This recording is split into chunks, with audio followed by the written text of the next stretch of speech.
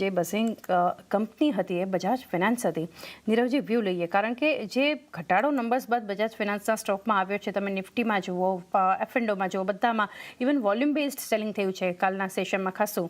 કઈ રીતે તમે નંબર્સને જોયા અને લોંગ ટર્મ માટે? આ તો કાલે એક પરિણામનું રિએક્શન હતું, પરંતુ તમે કઈ રીતે સલાહ આપો છો બજાજ ફિનાન્સ પર?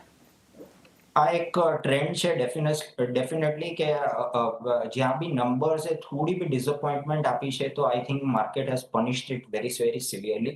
આપણે જોયું કે ટ્રેન્ડમાં બી સિમિલર પોઝિશનિંગ થઈ છે.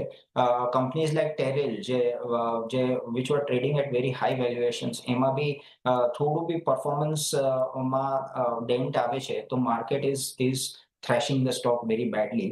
અને આઈ થિંક બજાજ ફાઇનાન્સમાં બી વેલ્યુએશન કમ્ફર્ટ ડેફિનેટલી નથી at this point of time, કેમ કે it is trading very stiff valuations. અગર આપણે જોઈએ તો 35 times price to earning multiple છે અને 8.5 ટાઈમ્સ પ્રાઇસ ટુ બુક પર ટ્રેડ થયેલું છે. ફોરવર્ડ બી જોઈએ અગર આપણે તો 6 ટાઈમ્સ પ્રાઇસ ટુ બુક પર ટ્રેડ થયેલું છે.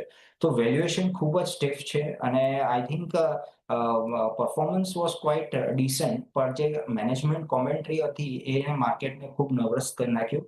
આઈ think last year AUM growth was around 26% અને હવે company is guiding for around 22-23% plus NIM જે છે is expected to remain flat અને the credit cost is going to be on the higher side of the range. તો I think આ બધા ફેક્ટર્સે nervous કરી નાખી માર્કેટને અને એસેટ ક્વોલિટી સ્ટ્રેસ બી થોડું દેખાઈ રહ્યું છે at this point of time MSME related સેગમેન્ટમાં.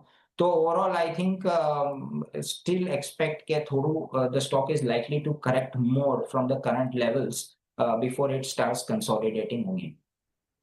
તો એક બજાજ ફિનાન્સ માટે વ્યૂ ગઈકાલના આટલા કે સેલ ઓફ બાદ જોઈએ આજે સ્ટોક પર આપણે કઈ રીતે એક્શન દેખાશે. એક